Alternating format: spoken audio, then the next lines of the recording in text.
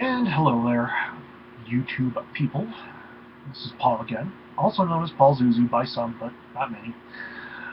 If you're wondering why the camera is canted over to the side like this, it's because the desk that it is sitting on is in the process of collapsing.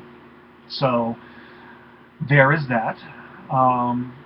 You can also see, I don't know if I had moved it up here the last time, but my drawing table is here behind me, cluttered up with crap. So there's that as well.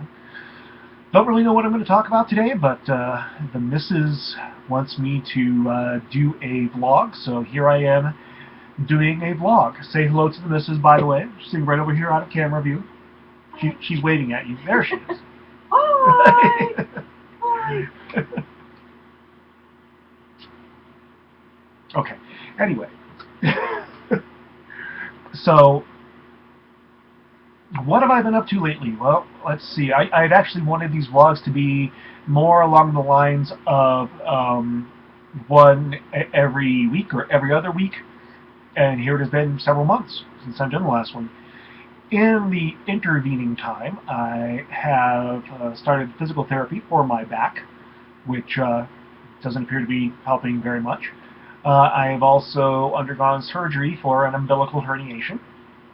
Isn't that charming? And that's mostly healed up. There's just some scar tissue down here. I've been mostly just kind of sitting around doing goofy little electronics projects here at my desk. Also, it's just a hobby, so anybody watching this, no, I won't fix your computer for you. Don't even ask. Or your lamp, for that matter, or anything that has electricity going to it. Lamp? Yes. Anything that has electricity going to it. Okay. Because people ask me to fix What stuff. about your brain?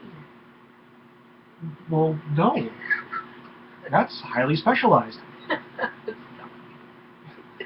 So,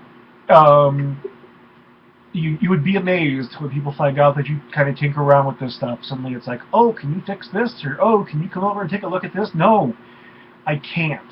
This is just a hobby for me, and I just do silly, nonsensical stuff with it. Like this, if I can pick it up without it all falling apart. Ta-da! Isn't that exciting? I was just playing around with, I had soldered, I had taken apart a 9-volt battery, ripped it apart, took the little 9-volt cap out of it, soldered these two leads onto it, and I was just playing around with using it to power breadboard project. So this is the second breadboard project experiment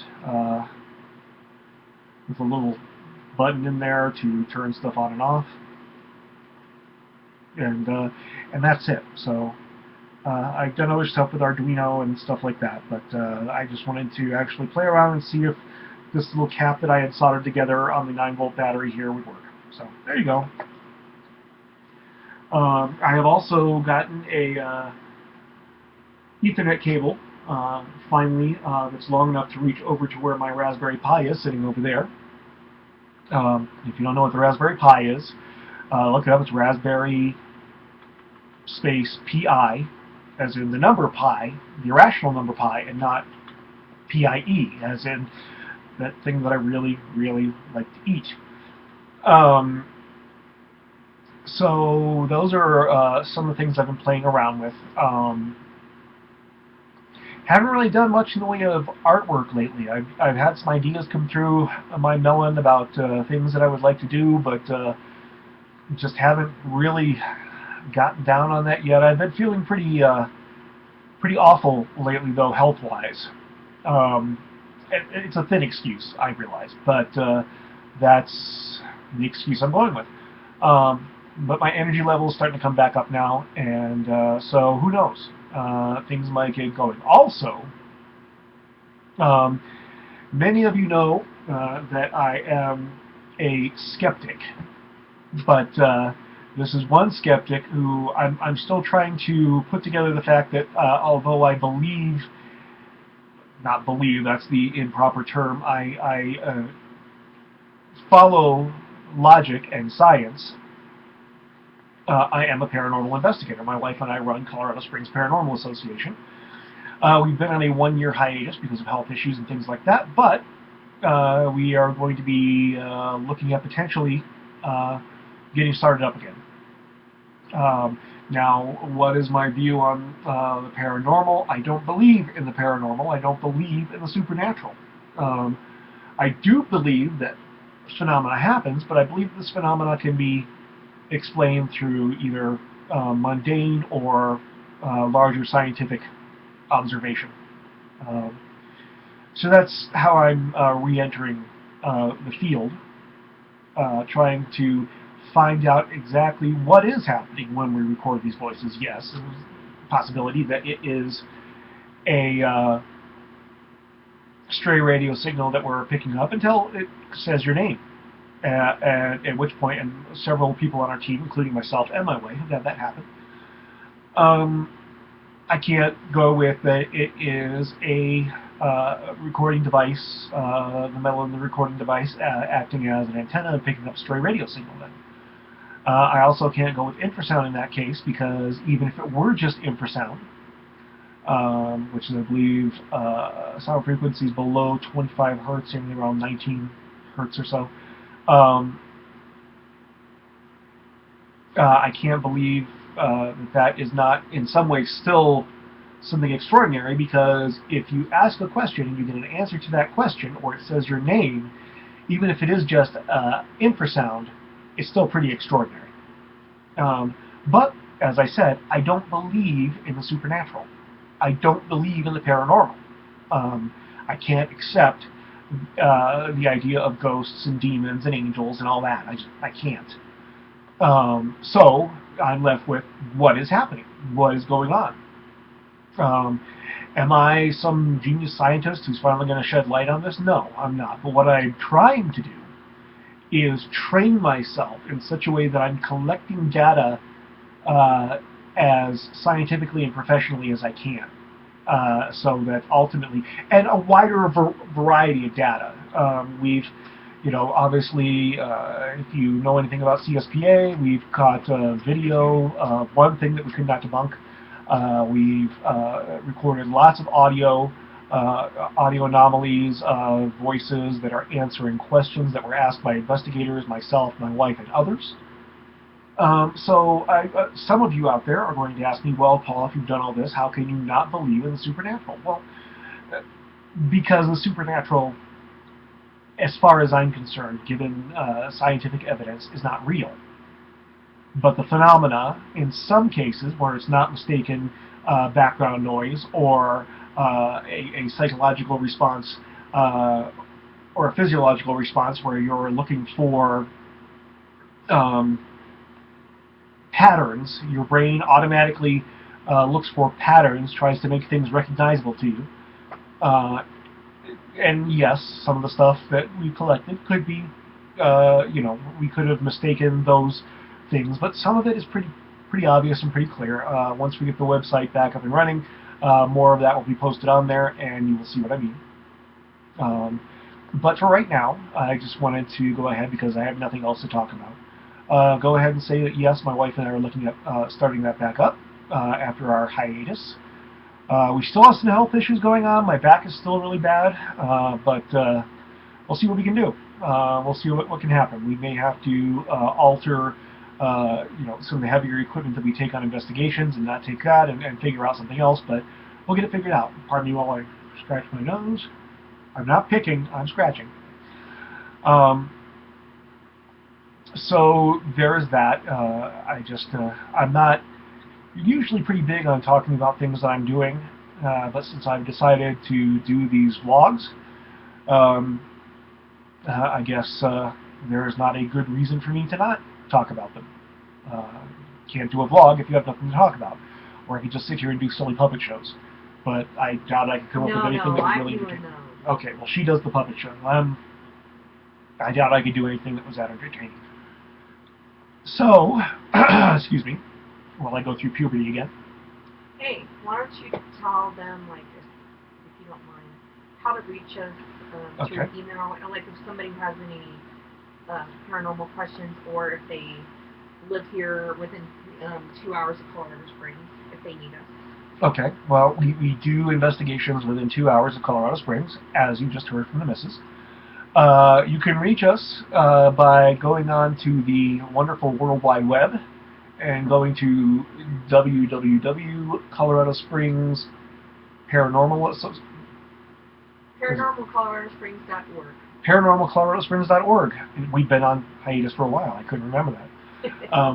So ParanormalColoradoSprings.org is our website. You'll be able to contact us through there. I'm currently updating it, so give me until Monday. She's currently updating it. I'm currently doing nothing.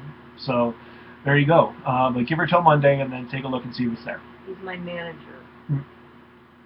So beyond that, things I've been reading. I've been reading Wolfen by Whitley. Is it Strieber or Stryber? You know, I think it's Strieber. Whitley Strieber. We'll go with that until Whitley himself comes and says, "No, you jackass, it's Stryber." So this is a book from back in the mid to late 70s, I believe. It was loosely, very loosely turned into a movie by the same name, Wolfen. In the movie, they add this whole Native American thing to it. The book has none of that. So the book has been pretty interesting. Whitley Strieber gets a little dry sometimes. He's very big on describing, like he goes and describes in detail their travel through the streets of New York, which if you don't know New York, it's not going to do you any good. But when he does get to the action scenes, they're actually very, very interesting and very intriguing. So I would give this, on a scale of 5, I would give this 3.5. I haven't finished it yet, but I should have it finished in the next couple days. I'm also reading the first book in the Song of Ice and Fire. Yeah, I know. What kind of a nerd are you, Paul, if you haven't already read the entire series before they did Game of Thrones on TV? So I am reading the first book, Game of Thrones, right now, in kind of parallel with Wolfen. In addition to some other books on electronics and programming that I just kind of pick up a little bit, do a little bit, learn some things, put them to practice, and so forth and so on. So that's kind of slow going, but like I said, that's my hobby, one of my hobbies. I also took up knitting, which I haven't been really that focused on. It was something that I did just because I needed kind of something while I was sitting in here lamenting how badly my back hurt, that it would keep my hands and my brain busy. And I'm not going to show you what I've been knitting because I've messed up a lot. So when I do something that's a little bit nicer, I'll show that to you. But yes, I know. Hey, Paul, you're a guy and you knit. Isn't that kind of lame? No, it isn't. A lot of people. A lot of men are doing it now, and even if they weren't, I wouldn't care. Even prisoners. So there you go. It's again something that keeps my hands busy, keeps my brain occupied, but also kind of keeps the brain stimulated. Kind of puts you in kind of a Zen type state. So some of you out there might want to take up knitting. There are some great knitting websites out there. I only have a couple minutes left. So really quickly, I wanted to talk to you about some of the electronic stuff and stuff like that I've been doing. I've also been auditing some MIT courses through YouTube and then through MIT's website. And I wanted to briefly mention, and I'll probably go into this in depth later on, because I'm a big advocate for education, for self-education. I'm an autodidact, as well as my wife is also an autodidact, which means that we believe in educating ourselves. And we practice what we preach. In this particular case, we live in a time where technology is all around us. You can't throw a dead cat without hitting something that has some level of technology in it. So learn about technology. You don't have to go to an expensive college or even a cheap college to do it. It's all right here on the internet for you. Yes, there is more on the internet than just me and pornography. No, I've never done pornography. But sorry. But so take a look, and like I said, I'm just about out of time, so I will go into that in greater detail in my next vlog. But this is Paul signing off, and I do hope everybody out there has a wonderful day.